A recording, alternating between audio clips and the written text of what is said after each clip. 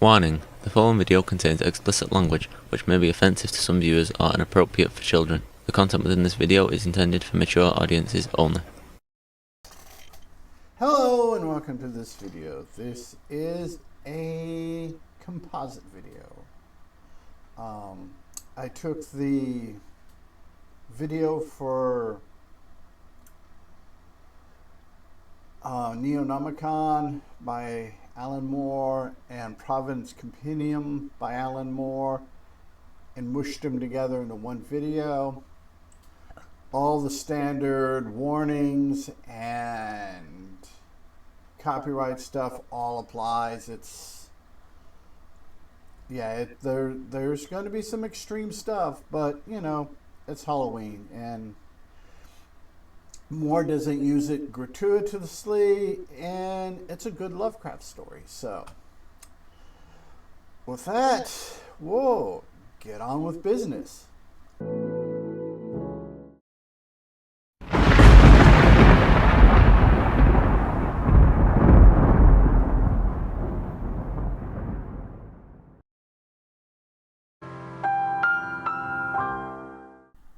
Hello and welcome to this video.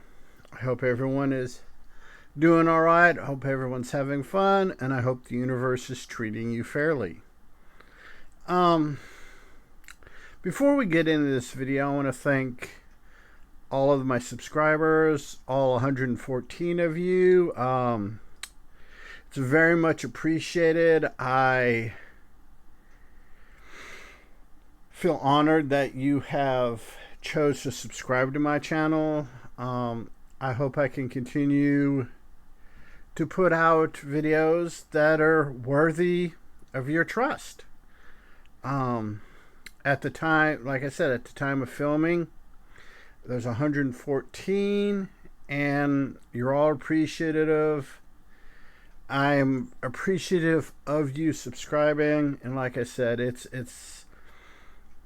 does me great honor that you feel it, that my stuff is up to your level, up to your quality, your expectations. With that said, let's get into the video. Today's video, we are going to be talking about the 2010 Alan Moore comic series, which was later put into a graphic novel, Neonomicon. The spoiler alert, in my opinion, mispronounced it, but that's AI for you. Then again, I could be pronouncing it wrong, but I am drifting. It was a 4-issue comic book that ran from July of 2010 to February 2011. I've said this in other videos, and I'm going to probably say it in future videos. I am glad that I live in a time where comic book art is just that. It's art. It has evolved beyond the pulp newspaper quality. It's high art, and this graphic novel does not disappoint. It is it's for very, very mature audiences. If you are in the least bit squeamish about murder, drug use, homophobia, transphobia, anti-Semitism, misogyny, this is probably a graphic novel you may want to give a skip to. The those subjects are treated, and the way they're treated, you understand that the people that are exhibiting these traits, these outdated ways of thinking, are not good guys. They're not people that you want to associate with. There's also consensual sex between a human and a supernatural being. There's rape, both human on human rape, human or supernatural creature on human rape. There are things like that you may just want to, in the video here, you may go, you know what, screw it, it's not for me, peace out. No shame, no problems. Not everyone has the same tolerance for things, and it's really cool. So if it's really cool if you feel that you don't or can't continue this video, or any part in the video when it gets to be too much for you, click out, get out of here. Go. Now, with all that disclaimer stuff said, let's get into this. Like I said, it was 4 issues. It was written by Alan Moore.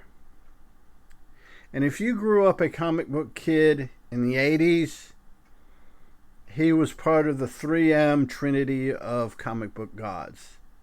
That being Frank Miller, Grant Morrison, and Alan Moore. The 3Ms. And in the 80s, they pushed people's comfort zones. They pushed people's understanding of what could be done in comic books. Everything from Frank Miller's The Dark Knight Returns, Grant Morrison's run on Doom Patrol, Alan Moore, Watchmen, From Hell, League of Extraordinary Gentlemen, V for Vendetta. All pushed comfort zones. All pushed people in and out of their comfort zones. And even pushed you around inside your comfort zone. And this graphic novel does not deviate from Alan Moore's challenging us, the reader, how we view things. This is actually 2 stories. The first story that falls under the umbrella of the Neonomicon, which is a play on H.P. Lovecraft's Necronomicon.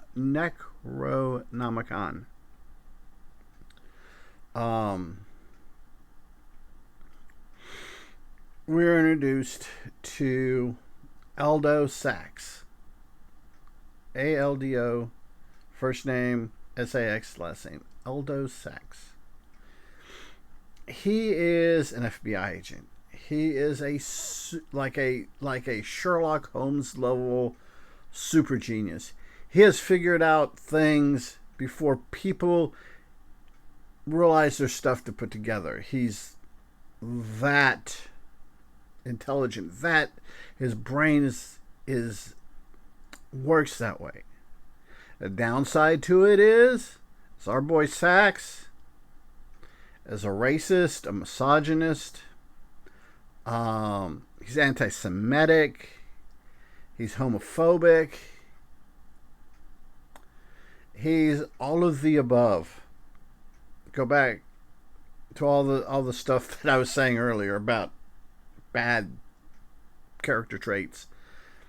But because of his intelligence, it's kind of tolerated. He's in the process of investigating 3 murders that at face value seem unrelated, but he's figuring out how they're going together.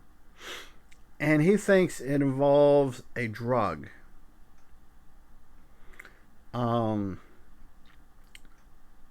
So he's undercover in that world. He comes across a man by the name of Johnny Corsica. Carcosa.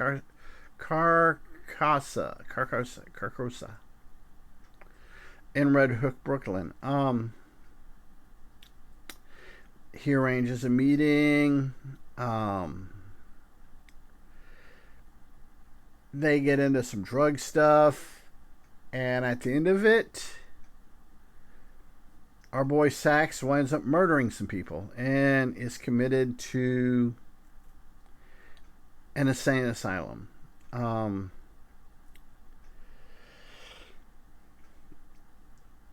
And a couple years later, there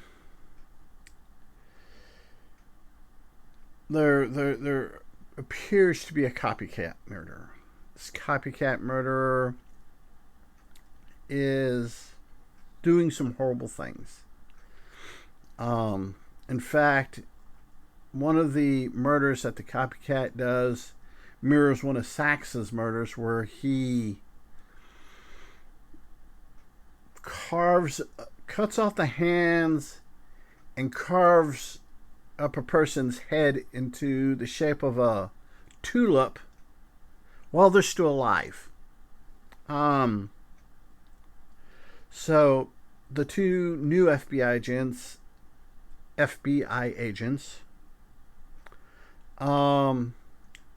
Brers and Lamper are their names. One's a black man, one's a female. Lamper is a black man and Brers is a woman.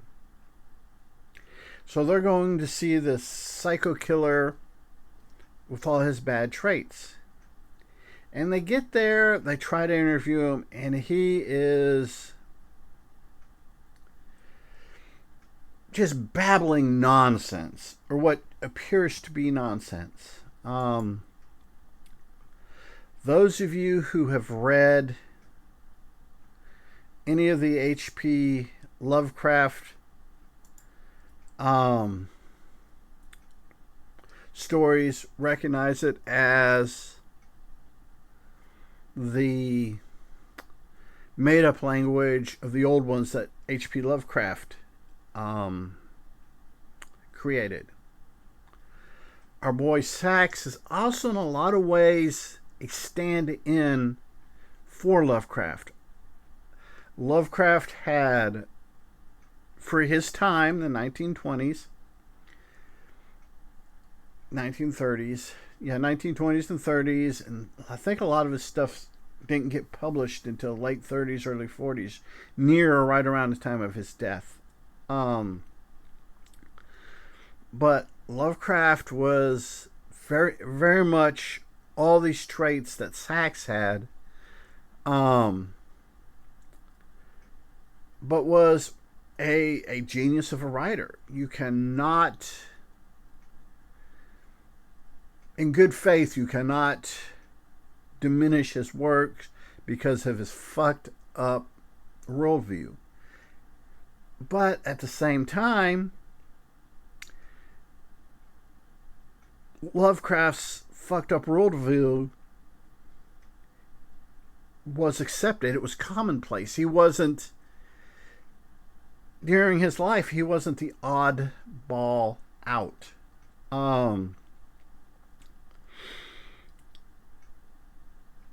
However, our boy Sax in this story is, because this takes place in the early 2000s and society has bettered itself.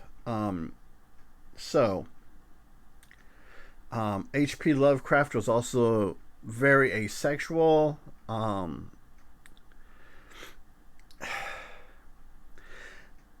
I'm not sure from the research that I've done on Lovecraft in my life, reading his stories and stuff growing up and through adulthood, I'm not sure if he was a misogynist in the fact that he hated women, because he was raised by his two domineering, overbearing aunts, and he did marry a woman.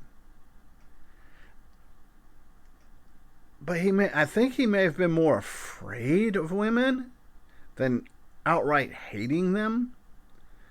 And it's because we're looking now in 2025, we're looking at about 100 years.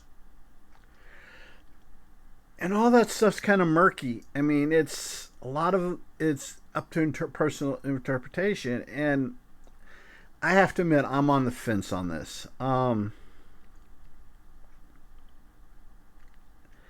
Yeah, like I said, I'm on the fence. Sometimes I'm like, well, maybe he was just afraid of the pussy.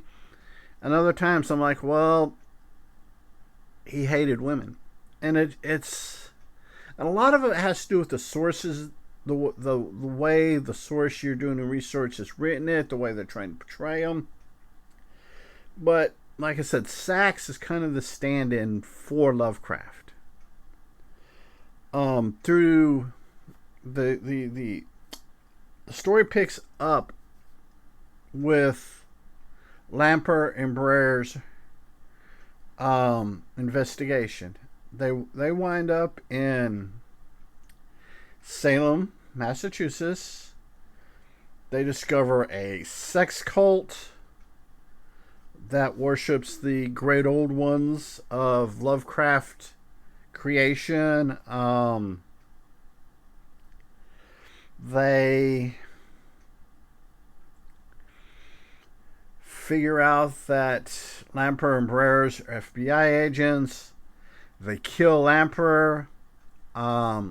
They systematically gang rape Brer's. A supernatural creature from the Black Lagoon type thing shows up, rapes her.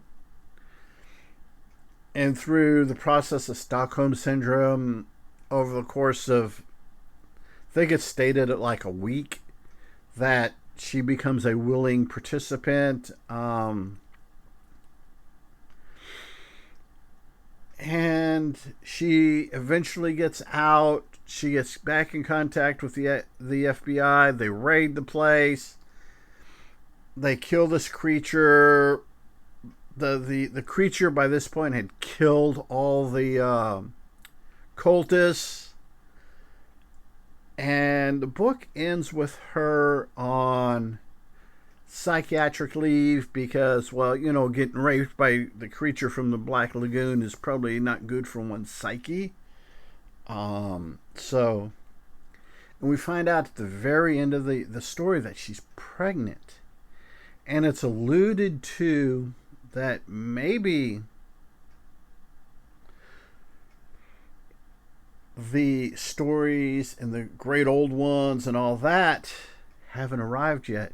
That maybe Brer's is gonna give birth to the great Cthulhu, or bring back the great Cthulhu. So yeah, and there's speculation whether or not the cult members were aping Lovecraft's work or making something out of Lovecraft's work that it wasn't, or was Lovecraft part of some kind of cult in his day? Or maybe was Lovecraft the 100 years ago scion or harbinger or messenger, and our boy Sax is the new one. There is a sequel. I haven't picked it up yet. The sequel is well, it's a prequel sequel. This story, from what I've read, I haven't read it yet. I haven't picked it up. I'm going to try to pick it up in the next couple months. But Providence, from what I understand, this story fits like half of Providence is a prequel, and the second half of the story is the sequel. And Neonomicon slides right in the middle of those two. It is graphic. It is a good story. It is a well-told story. There's nudity, so take that for what it's worth.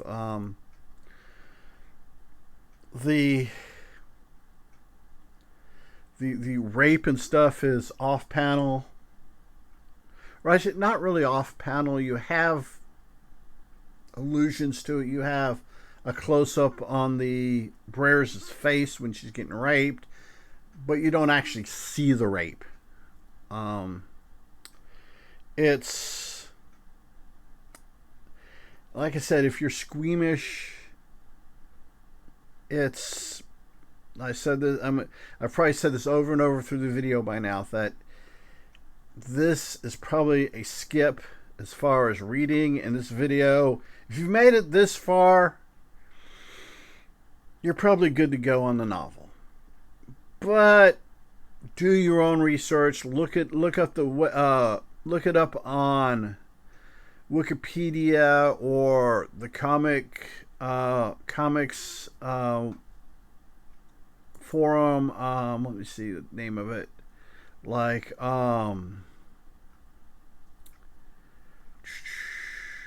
Reddit. Check the Reddit threads on it. Maybe look at the Goodreads reviews of it and stuff like that. Like I said, this story pushes boundaries. It pushes comfort zones. If you like to be challenged, if you're not afraid of having your worldview challenged, pick this up. It is an interesting read. It causes you to think outside the box.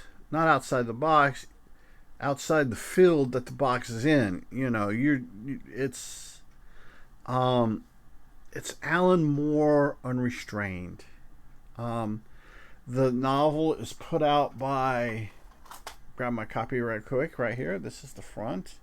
I mean, I've probably have a graphic of this somewhere by now, but this is the front and this is the back. It's put out by Avatar Press. It's not a DC or a Marvel release, so it doesn't have the limitations that Marvel or DC would put on more, due to them being multi-million dollars, trying to appeal to the largest audience possible. Whereas Avatar has a niche crowd, has a very niche following, and the people that read their comics understand you're gonna get stuff like this. So yeah, this is Alan Moore, probably at Alan Moore's best. If Alan Moore could go back and do, say, V for Vendetta or From Hell or League of Extraordinary Gentlemen or any of the other great comics, Watchmen, that he's done, without the restraints of DC Comics given them, I imagine those would even surpass what they are now. So, like I said, do your own research, look it up, read other reviews, check out YouTube videos other than mine on this thing to see if it's a fit for you. It might not. And like I said at the beginning of the video, there is no shame in it. There is, if this isn't your thing, don't do it. Don't. There's no use putting yourself through it if you don't have to. So, with all of that being said, remember to be a good human, Be good to other humans. Peace. Hello and welcome to this video. I hope everyone is doing well. I hope everyone is doing fine. And I hope the universe is treating you fairly. Today's video, we're back inside. I tried to do this outside, but there's a lot of details that I couldn't remember simply because there is a ton of details. We are going to be talking about Alan Moore's Providence Compendium, which is the graphic novel for the 12 issues Providence. This both serves as the first. It's 12 individual comics. The first 11 serve as a prequel to Neonomicon. The last and final issue, 12, is a sequel to Neonomicon. You don't have to read Neonomicon to understand the ending. It just clarifies it a lot better, gives you a little bit more background, makes the story that much deeper. I've got my screen here with my cheat notes on it. This, I will tell you, before we jump into the story, the story is meticulously researched by Alan Moore. He researches the New England area, northeast coast, in 1919. He does a fantastic job. So much so that the dialogue between the characters is period accurate as possible, meaning there are some phrases, some terminology that was accepted in up through about 1990, 1995, that is no longer acceptable, no longer fashionable. And he uses them.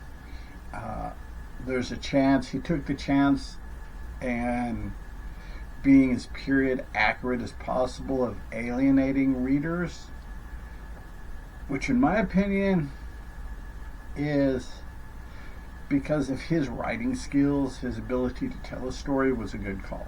A lesser writer, I don't think should make that kind of, should go with more modern terms, more modern language. But Alan Moore has proven himself with The Watchmen, V for Vendetta, From Hell, and a myriad of runs. Batman the Killing Joke. Just the stories, he has proven himself to be a competent storyteller, a great storyteller, in fact. With that being said, there are two scenes in this story that may be very unsettling for, actually 3 scenes, I should say. 3 scenes now I think about it. There's a scene in which a little inbred girl describes to our protagonist how her and daddy make babies together. There's a scene in which a demon possessed 13-year-old girl rapes our protagonist, and there is a scene of consensual sex between 2 men in a church. Those three scenes can be, they're not graphically written and they're not graphically portrayed. However, anyone with any kind of education can read between the lines and understand what's going on. It's really not reading between the lines, it's understanding the words that are being used, knowing the definitions of the words that are being used. Those things, I think, are probably the most unsettling and probably the most triggering, other than some of the language used, of the story. If things like that bother you, if things like that make you queasy or squeamish, please give both this book and Neonomicon a pass. I did a video on Neonomicon a few months back. Just had the time to finish Providence. Here's my copy of it. This is the front cover, back cover. This is a wonderful, the artwork is wonderful. The artwork is period specific too, as far as like the clothing, what they wore to different occasions, what they call, and different things. In fact, our protagonist, Robert Black, is a closeted homosexual man, and there's and evidently this was an actual thing. The color of your tie. Homosexual men would wear a certain color tie. I believe it's green. With a certain type of, it wasn't a Windsor knot, a certain type of knot that other homosexual men would pick up on. Stuff like that. Moore did his research, did a damn good job on. Like I said, our protagonist, Robert Black. Robert has taken leave or quit a fairly reputable newspaper job. He was a reporter, journalist, like top level, So he takes a break and he wants to do research on the going on of an ancient Arabic alchemy text known as the Kebab I'm not even going to try to pronounce it. The translation into English is the Book of Starry Wisdom. I'll probably put a graphic or something with the actual Arabic name on it. However, what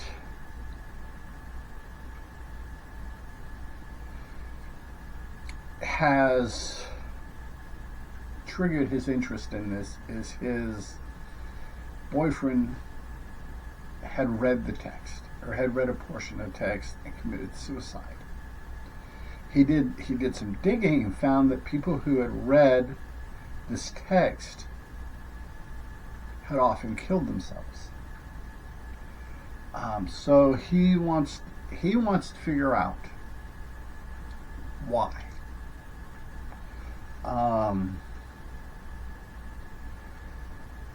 He takes sabbatical from the Herald. He goes to, first place he goes to is Salem, Massachusetts. He talks to a man by the name of Tolbert Briggs. who walks him through his going on, his refinery, I guess you'd call it. And kind of alludes that the people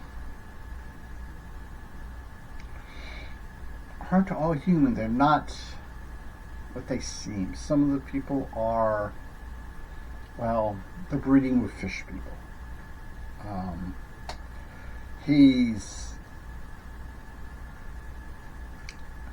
meets some of the fish people, and it's interesting. In fact, there's a scene where they're on a bus, and everyone on the bus is a descendant or a human fish people breed. This plays into later because this is the inspiration from one of H.P. Lovecraft's stories.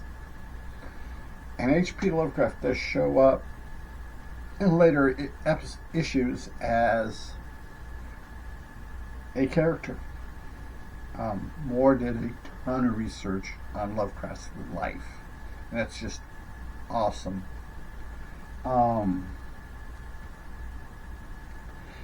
Which gives him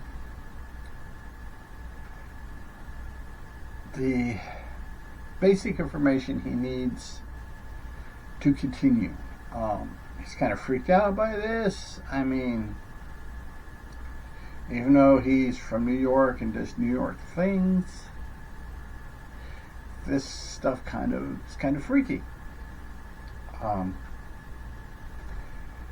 And like getting back to the bus ride, he's on this bus, and all the people and passengers get up and they rush to one window that's on their left side is the ocean. And you can see these forms swimming in water. And Mr. Black makes the comment, "Oh, are those dolphins?" And everyone just kind of looks at them, and they're like, "Yeah, dolphins. Dolphins, that's right." It's actually their genetic parental line. It comes out that the males breed with human females because human males breed with the females because the female carries the necessary genetics for the crossbreeding, or that's what we're kind of led to believe at this point. He moves on up. He's also introduced to the Stella Serpentine sect, which is kind of the Freemasons. If the Freemasons would have been founded by Edgar Allan Poe and H.P. Lovecraft. Edgar Allan Poe is mentioned a lot in this book.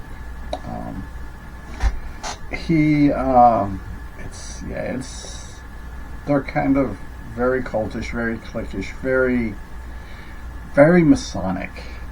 But yeah, they make the Freemasons look like a Sunday church choir group.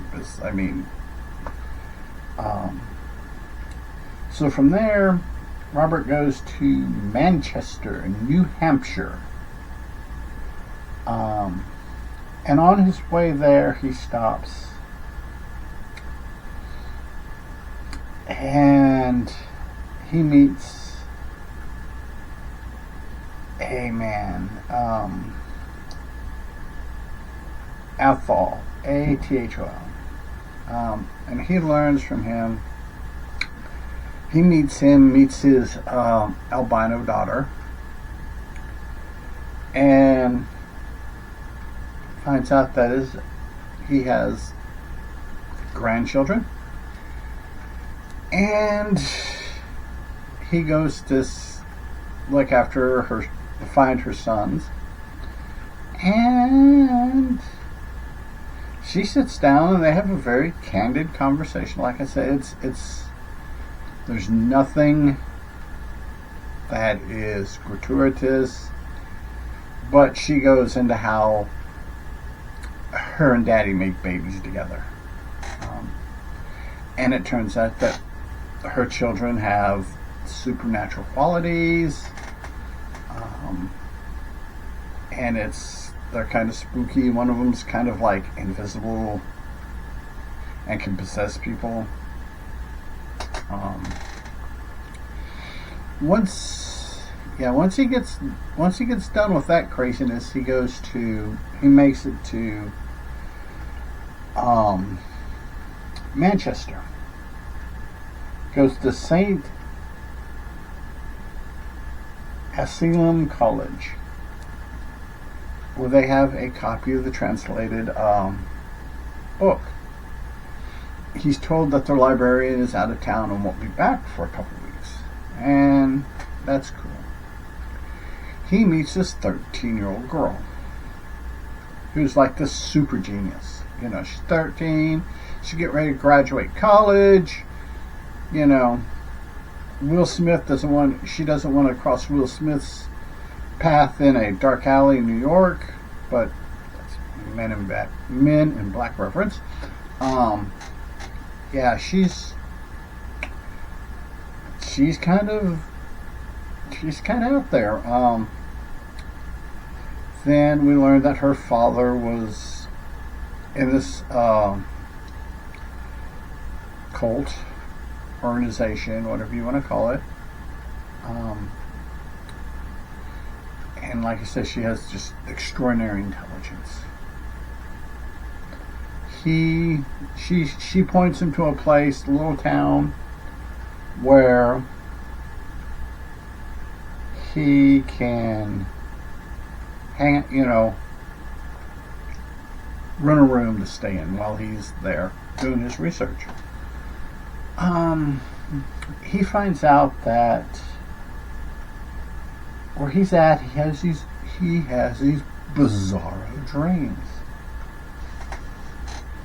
And his dead boyfriend is in one of them. A girl that he knew at the when he worked at the newspaper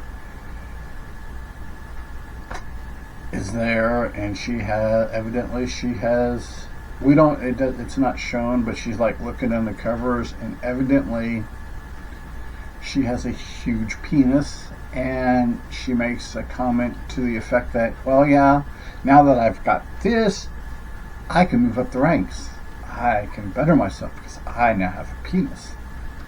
And he has a bunch of weird dreams like this. He gets out of there, gets a cab, go back into town. There was a closeted gay couple that he had met while he was at the college. He goes to their place. They give him a place to stay.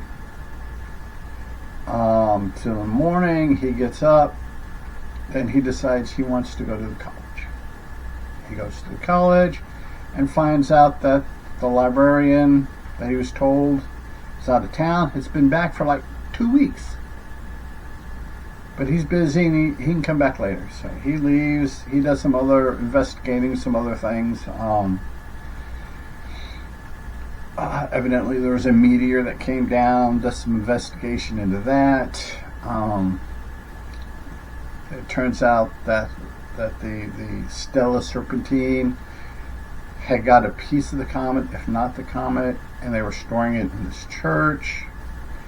He hooks up with a dude. They go up. They see the meteorite. They have sex, and they move on.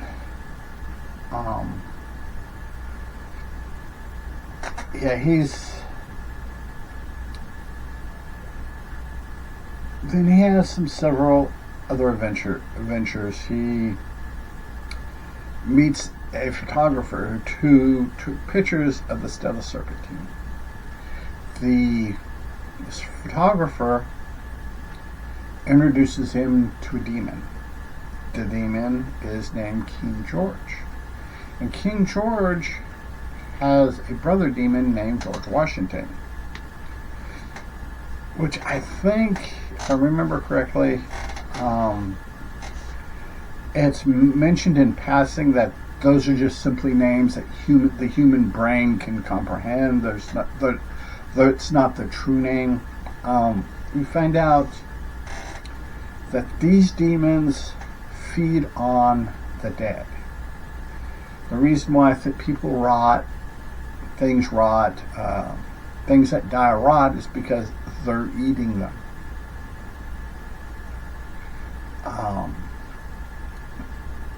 The demon has no malice, doesn't have to, he's not the big scary I'm gonna eat you demon. He's like, hey, look, we hang out here, we're not, society doesn't think we're cool, so we just kind of hang out in this between realm, and we dead folks, we dead things,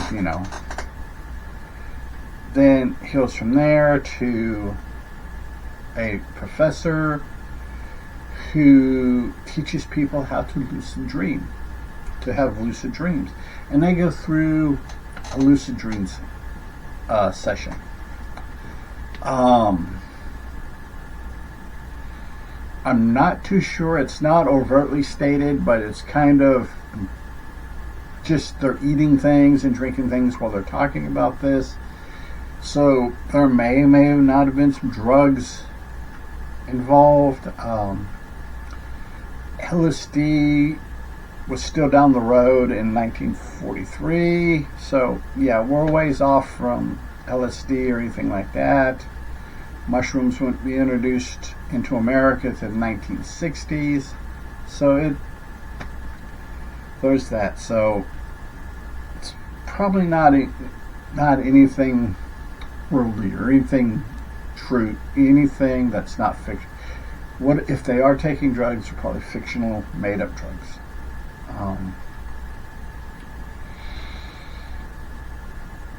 Eventually, he's led to meet H.P. Lovecraft. They sit down, they talk. They have several meetings, several things, and I love the fact that Lovecraft refers to Robert Black as Robertus.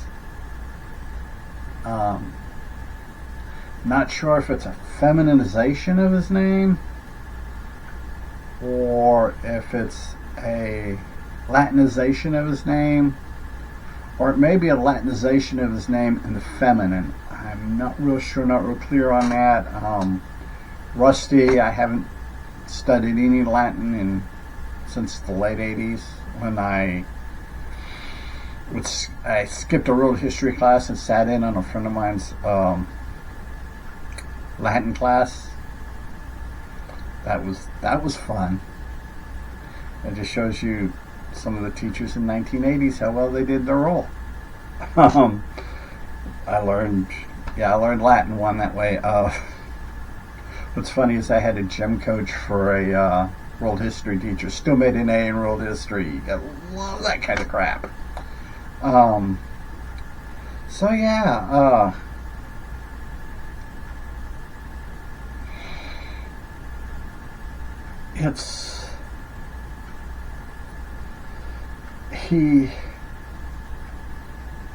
he gives a bunch of information, writes a lot of things. They share stories and stuff like that. Lovecraft is really, really just livened by just like, wow, this is awesome. This is cool, dude. And at the end of the 11th story, Robert returns back to New York, and he is on the edge of being batshit crazy. Just a side note on that. That term comes from the fact that in a sealed area like a cave or something, fumes from bat guano are hallucinogenic, and if exposed to them too long can cause mental issues. Just thought I'd throw that side note in there, seeing how the weirdness of this story. Yeah, it's crazy. Then the last chapter explains what happens to the impregnated police officer from Neonomicon, and how everything that's going on, the last issue, issue 12, or the 12th chapter, they call them chapters in the graphic novel, is just insane, both in the story and in how good it is. It's just great. It's the way they tell it, the way they go from panel to panel to panel, and you see our people in the story, the FBI agents in this last year, slowly go insane as the world is being transformed into this Lovecraftian place. Salem, Massachusetts becomes Arkham, and you have Miskatonic University, and you have the actual Necronomicon, and it is crazy, but it's well done. It's a great story. Like I said, other than the triggering things and some of the language, if you can get past that, check it out. It's a great story. I like all my comic videos like this. I'm hitting the high spots, and on this one I'm hitting the really high spots, because there's a whole ton of stuff in there that I did not even go into. But if you want to know about it, read it. It's great. It's a wonderful story. And I'll go ahead and cut this off here. Until later, people, remember to be a good human, be good to other humans. Peace. Hey, it's 10 p.m. Do you know where your children are?